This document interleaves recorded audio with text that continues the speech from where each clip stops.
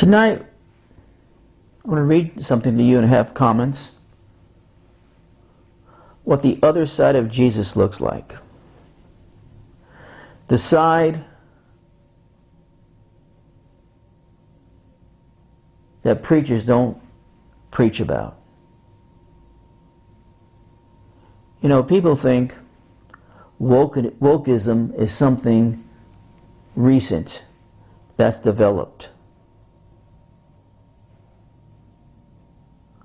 I'm sorry, it's been around at least for 2,000 years concerning one person. That's Jesus the Christ.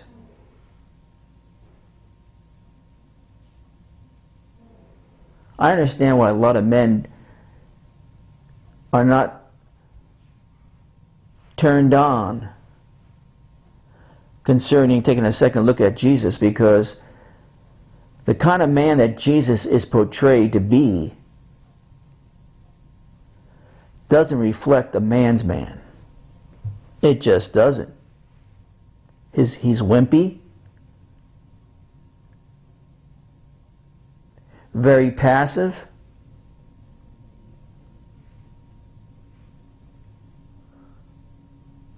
just to name you two characteristic traits. Through written material and even artistic, have portrayed Jesus to be like. Wokeism has been around for a long time, my friend, and they have made Jesus look very woke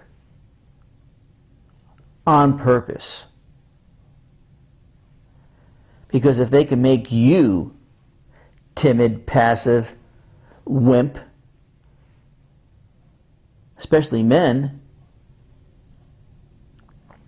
for the last 2,000 years,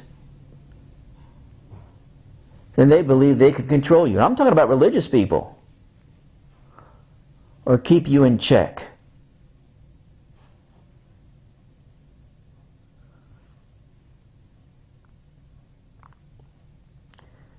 Those of you who follow me for a while, I think you fairly understand my opinion on that.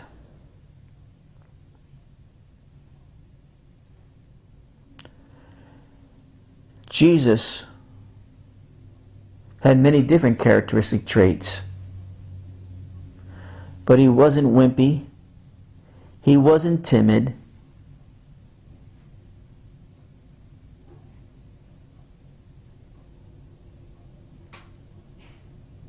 when you saw Jesus, you saw the face of God. And if you look at the Old Testament, God was not a pushover.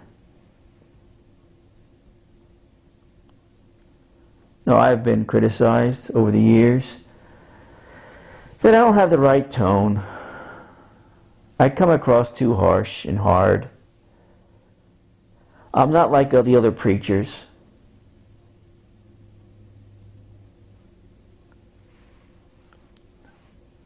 I could sum that up in a few words. You're damn right. I'm not.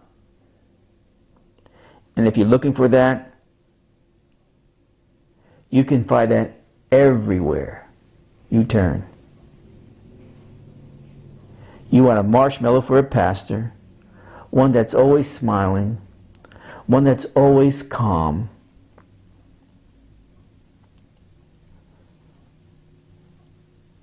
one that doesn't make you feel intimidated, one that doesn't provide strong correction,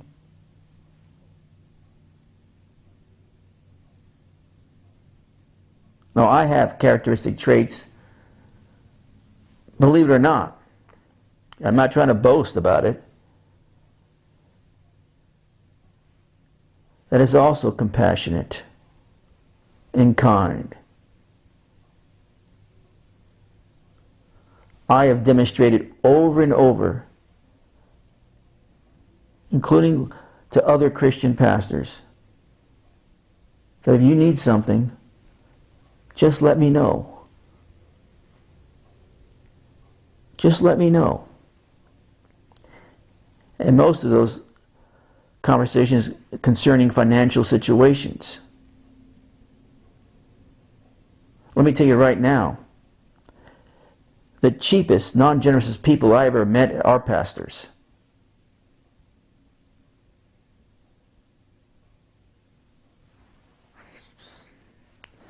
There you go, criticizing the brethren.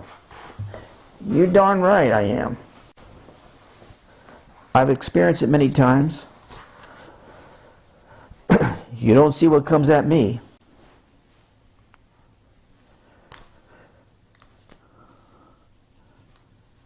It's pretty pathetic, my friends.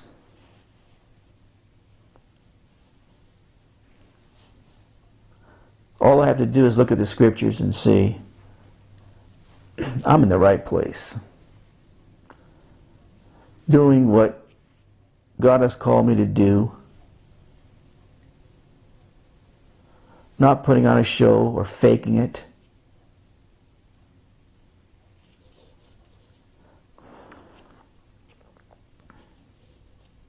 Well, let's get to Jesus. Let's look at the other side of Jesus. On the one hand, Jesus could show compassion for people that are down and out and in need. But on the other hand, he could demonstrate violent, passionate zeal against those that should know better, but instead chose to lead people down the wrong path. I don't believe Jesus was ever violent. You forget what he did at the temple to those merchants?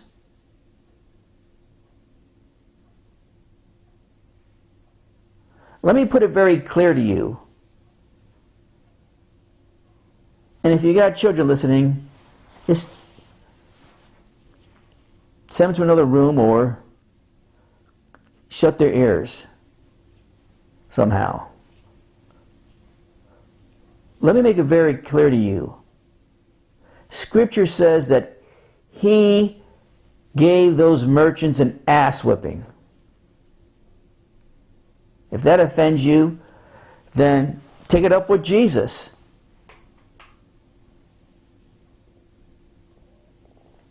And he chased those merchants out of the temple area they were selling their goods. I am so sickened.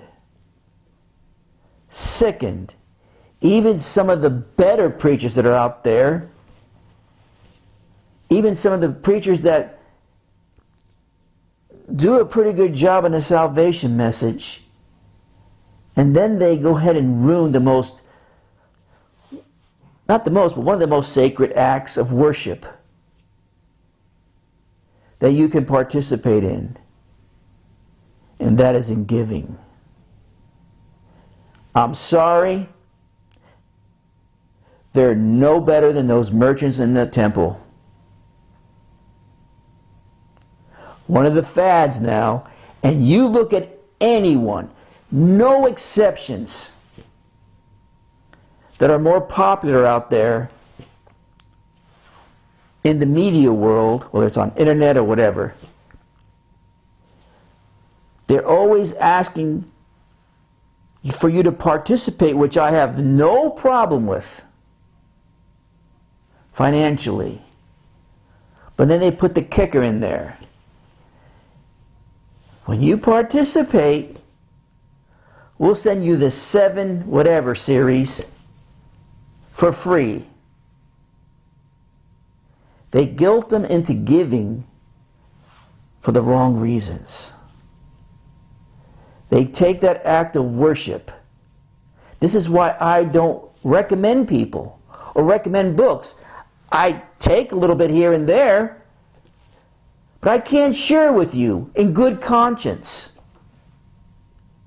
knowing that I have to sit or stand at the judgment seat of Christ one day and probably be asked, you know what they were like? And if you recommend that individual you're going to be held responsible, and none of you take this serious.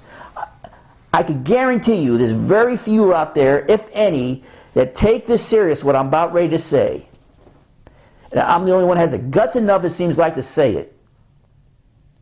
When you recommend someone, when you share with a friend or family, whatever, in a conversation, and you say, check this out, you better vent everything that person ever said.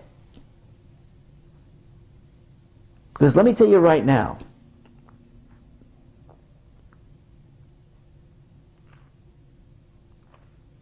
they'll either mess up the salvation message, the grace message, the giving message, which is a big one, by the way.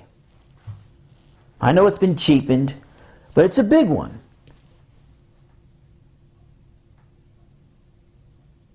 You're going to be accountable at the judgment seat of Christ for that misleading of an individual that probably didn't have the same amount of information that you have to sort through it. You see that all the time. People posting all kinds of stuff from other ministries on websites called sharing. So people go to it, oh, this is what this person says, this is what this person says, blah, blah, blah, blah. And you think it's all fine and dandy because you're sharing the good news. But you're also sharing misinformation.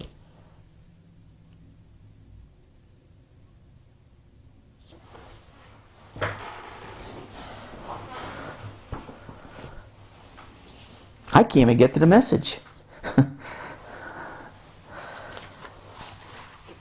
Some of you need to start acting responsible.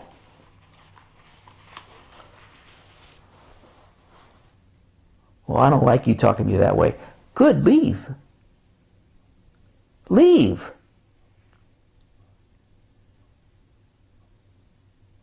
This is not a game I'm playing. These are life and death matters. And that's the same attitude you should have when you share things online or on your phone or wherever you do.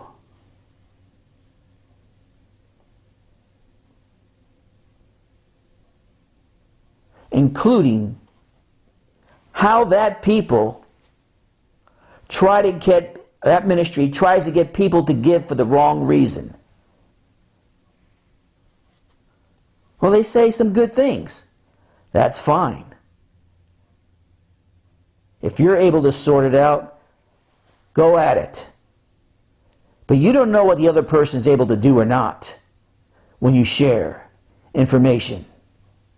And I'm sorry, whether you want to believe it or not, that's up to you.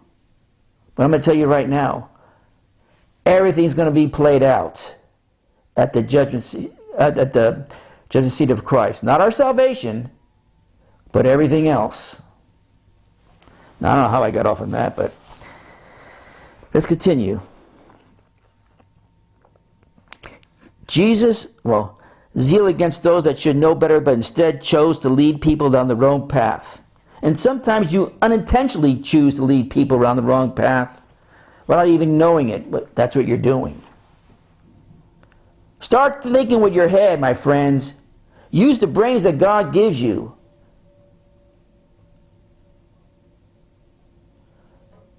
To understand that not everything is shareable.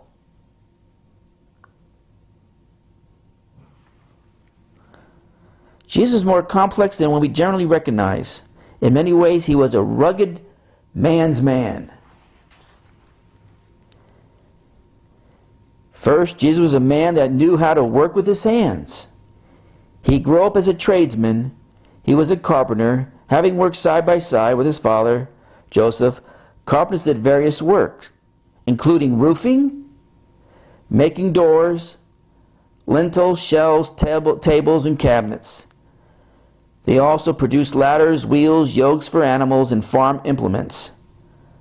Though some wood may have been available from suppliers, most carpenters went to the forests, themselves to choose and cut down the trees the best suited the work they were doing. It was a job that was physical and required a high level of skill.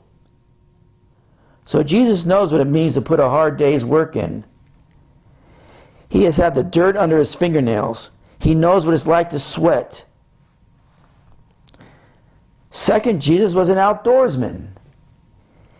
He was mentally and physically tough.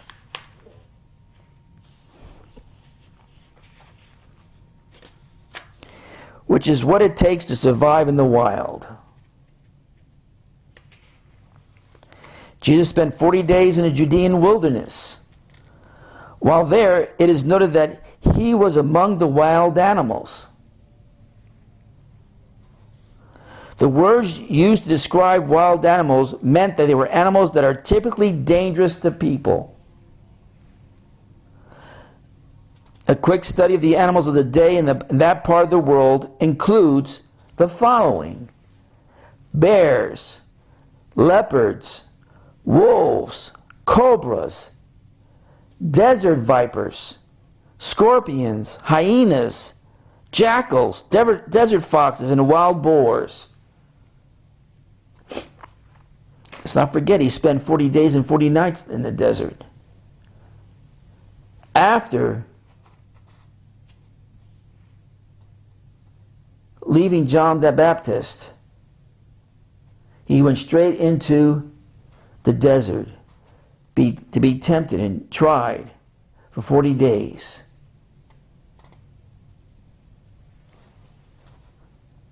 Now, all these things were bad in itself. What this author does not mention is what's even far worse than that. And that's the unseen demonics. I'm sure he could see them. Evil spirits and Satan himself in that desert.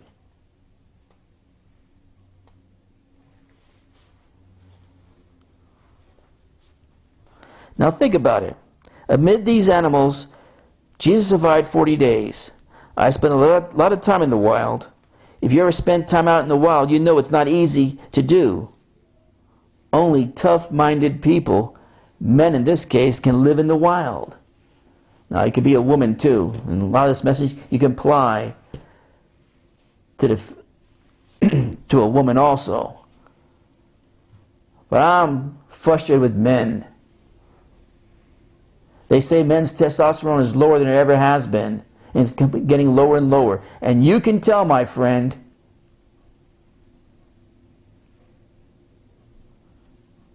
it's getting so low they want to turn themselves into a woman. Well, you don't support that? Hell no. And neither does Scripture, by the way. So don't try to justify with me. Unless you want to be spiritually slapped with my Bible that's full of scriptures. I could direct you right towards those scriptures. And, well, you probably don't know how to rightly preach or decipher the Word of God, but listen long enough, you might be able to learn something.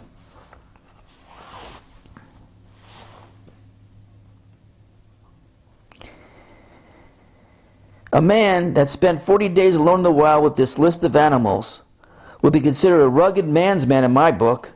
This alone would be a right passage in becoming a man of man. A man of men. It is interesting that even after this time of 40 days in the wilderness and through his 3.5 years of public ministry, Jesus did not have a home. He told others who wanted to follow him that foxes have holes and birds of the air have nests. But the Son of Man has nowhere to lay his head.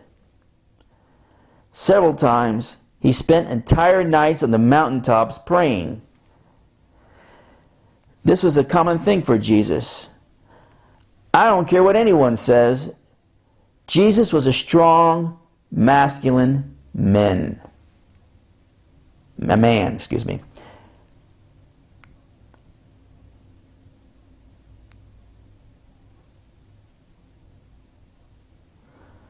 I think about how spending time battling the elements with his team helped build an incredible bond between these men. He didn't choose no wimps either, by the way.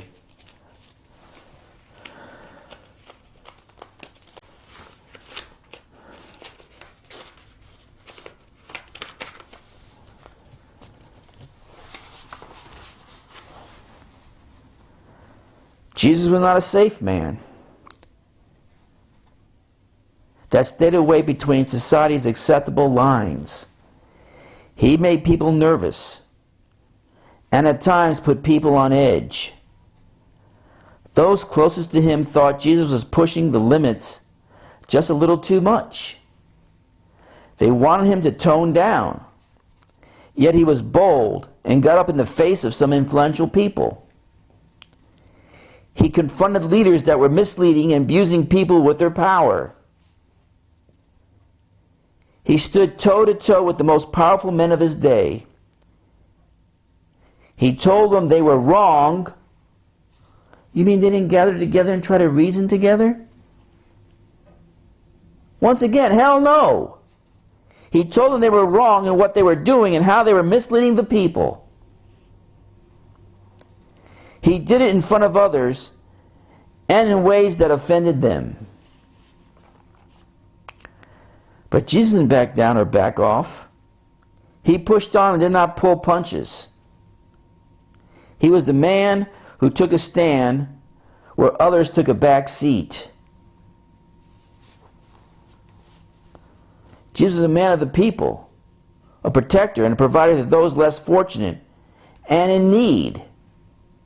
He was born and raised in humble circumstances and remained in touch with people from all walks of life.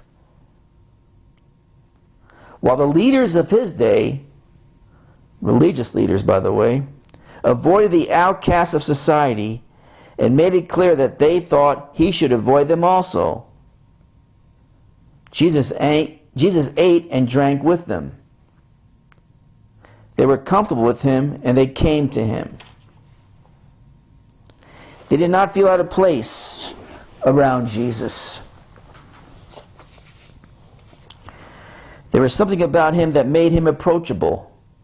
Jesus knew that hanging out with the tax collectors and sinners would offend and cause issue with the leaders. Once again, let me point out, it's religious leaders. You know how many Christians I have come across in my life, more recently, that will not get out of their Christian environmental bubble. I know pastors that are family and non-family members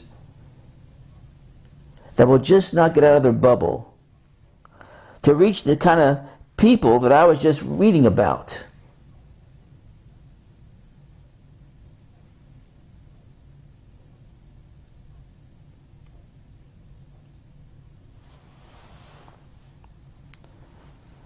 They're good for nothing.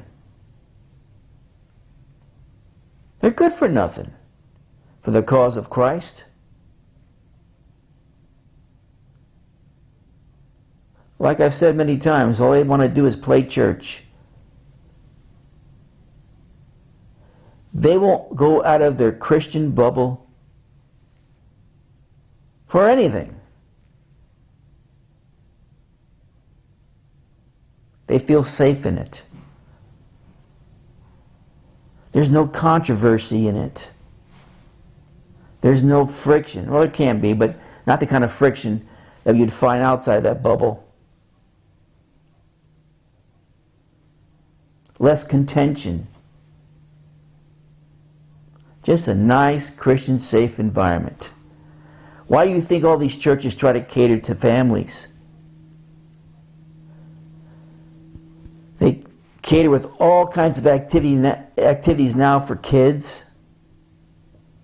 They keep the adults busy with all kinds of different projects and so forth. They want to produce that safe environment that you feel that is necessary if you're a Christian. God help you if you have to deal with any sinner, what you think is a sinner, if you're in that environment. God help you.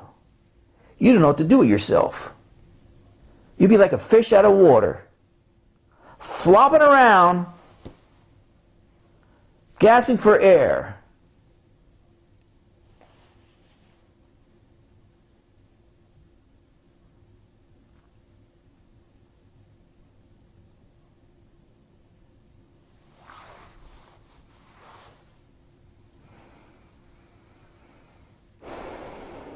Where was I? While the leaders of his day avoided the outcasts of society and made it clear that they thought they should avoid them also, Jesus ate and drank with them. They were comfortable with him and they came to him. They did not feel out of place around Jesus. There was something about him that made him approachable. Jesus knew that hanging out with tax collectors and sinners would offend and cause issues with the leaders. But he did it anyway. He did it in plain sight of them. Jesus did not mind stirring things up that needed to be stirred up. It was important to him that those that were a little rough around the edges understood that he had time for them. He wanted the outsiders, those a little rough around the edges, to know that in Jesus there was a way to God. And that's what's important. Jesus was a fearless man. He was bold about going and doing the mission that God the Father gave him to do.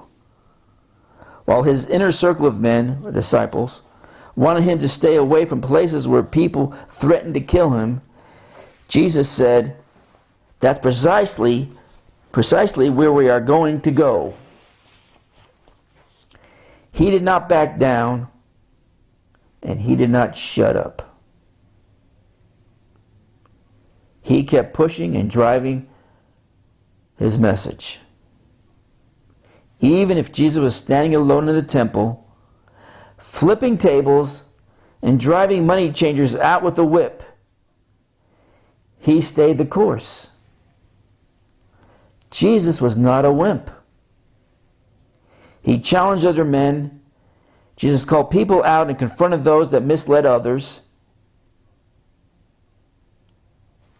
And that's probably what I get criticized the most for, is when I do that.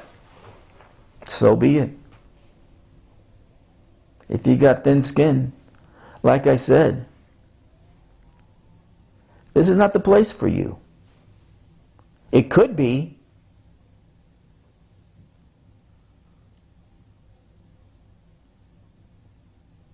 But you have to change your way of thinking. What you think a Christian looks like, how they should behave, and the kind of portrait Jesus has been painted as, that you think I should be the same way because I'm a preacher. Calm, collective, non-controversial, and so forth.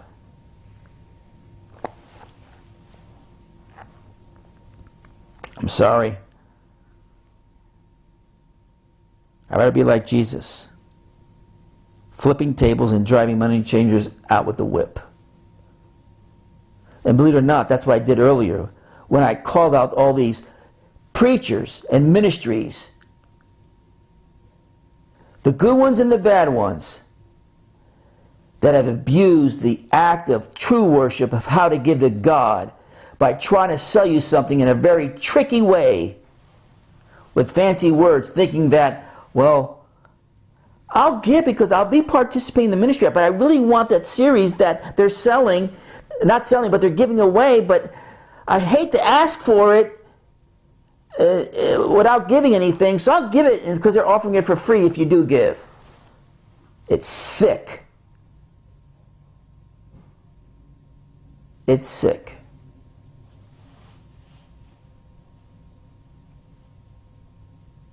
If you're going to do that, make it very clear. You don't have to give anything to get the series. Period.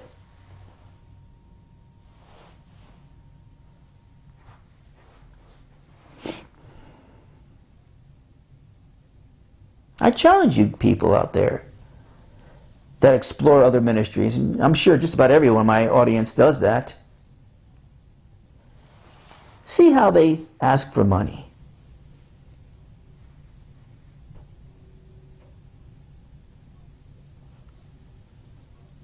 or see how they manipulate for you to give. You're going to be experiencing a rude awakening if you have not experienced the approach that's taken by these ministries. And that's just the giving part. Now, where was I? Jesus was not a wimp. He challenged other men. Jesus called people out and confronted those that misled others. He was a protector and also a provider. Jesus was a sheepdog that fought the wolves. He was bold, fearless, and aggressive. Again, I admire these things about Jesus. As most men recognize, there are times in life when men need to stand up and state the truth, no matter what the consequence. Jesus did this often. In fact, he kept doing it until finally the leaders, the religious leaders, by the way, devised a plan and put him to death. He was a courageous man. In his final days, while alone praying, Jesus saw the path ahead. He was to go to the cross and die the most painful and horrible death a man could die in those days. At the same time, well, not just that, what he would physically experience, but what he would spiritually experience, because everything was placed on him, not just the physical pain of death at the cross. Jesus was going to be separated and rejected by his Father to save many. The horror and pain he saw at the moment were so tremendous, he was so stressed to the point of pushing sweat like blood out of his forehead. He would take on the horror of the worst that sin could produce. I do not fully understand all that Jesus took on his time on the cross, but he understood it completely. He even asked God the Father if there was another way to complete the task ahead. There was no other way. And so, in face of it all, Jesus submitted. In great courage, he moved forward as men do when faced with unavoidable, horrible situations. Men make the sacrifices needed for the safety and benefit of others. Sacrifice is what the rugged man's man does.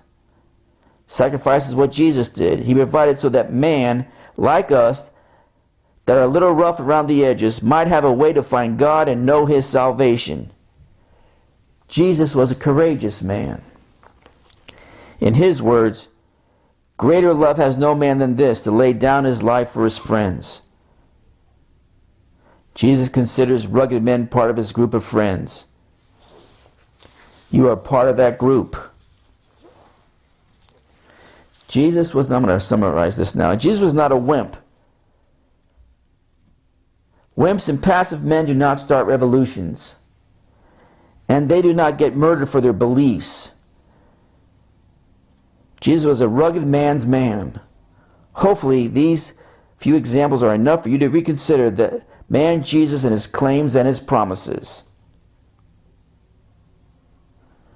I can tell you I have followed him for many years and never regretted a single day. He has given me strength for today and hope for eternity. I never have to be concerned about my future because it is in his hands.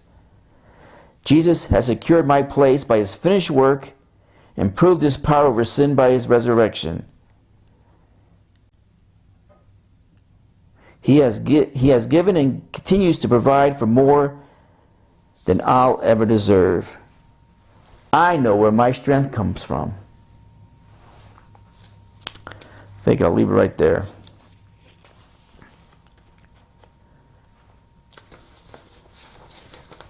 This nice guy image that Christianity has painted for Jesus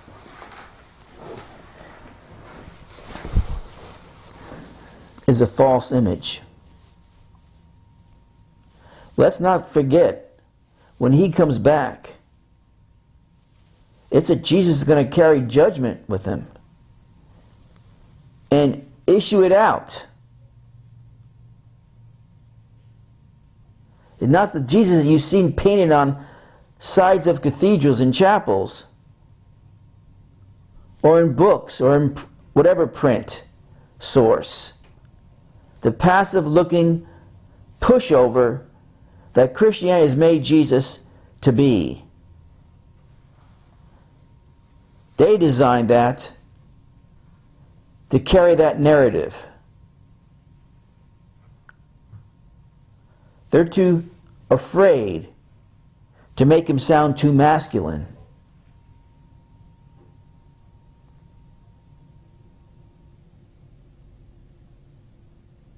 And unfortunately, I'm speaking to men right now, the picture that they have painted, the picture they have produced, does not appeal, and it forms an image that is not the type of man most men would follow as their leader. Now I know it goes way beyond that. I know how the Spirit draws. Nevertheless, they have mischaracterized my Jesus. And I'm almost tempted to do a mini-series on what the men of God, I started with Jesus, what the men of God look like in the Scriptures, and why God called them. I'm telling you right now, it's not what's coming out of seminaries. And I know the Christian world hates me stating that. Look for yourselves. Seeing what's being produced.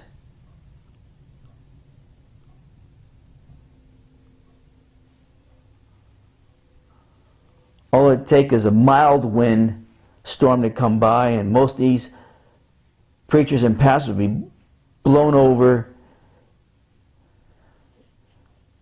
and tumble away because they've painted a picture in their mindset of Christianity should look what it should be, and not reflecting one bit or taking into consideration how many times, starting with Jesus, the Scripture states, expect the kakapateo, expect the persecution. They did it to him, and we cannot expect anything less. But it's going to take courageous individuals, grounded in the Word, filled with the Spirit of God, to withstand not only what this world throws at us, but unfortunately the Christian world also.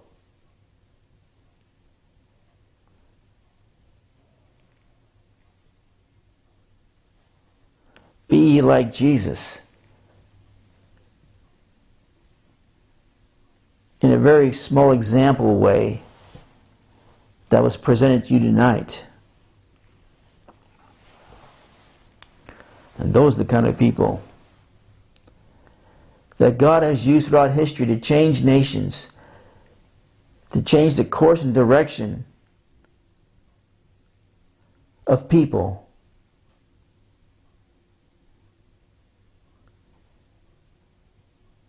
You look at Paul. Another man's man. Another hero of faith.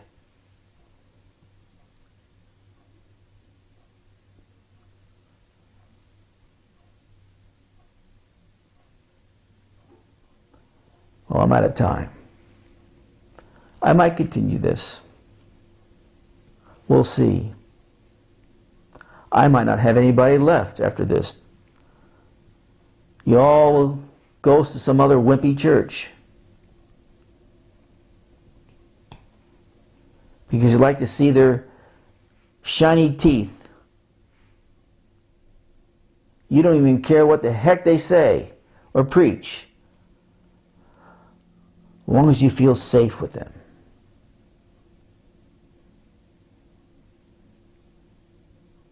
Let me put some earthly perspective on that. Not necessarily a spiritual perspective. a spiritual perspective. Who you rather be behind when the bleep hits the fan? Those smiley, shiny teeth individuals, or a man's man? One controlled and used by Jesus Christ, the way the scriptures outline what that calling calls for. Now, I don't know where I'm going to go with this. This is what I felt like needs to be said.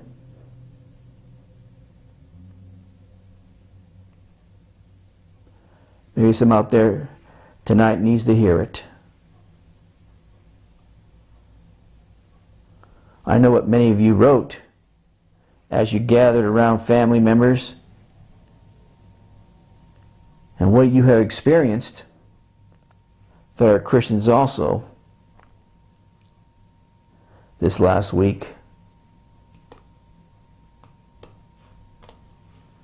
They must be reading another Bible, or they've been so indoctrinated by what they think Jesus should look like and be like, act like, and even preach like.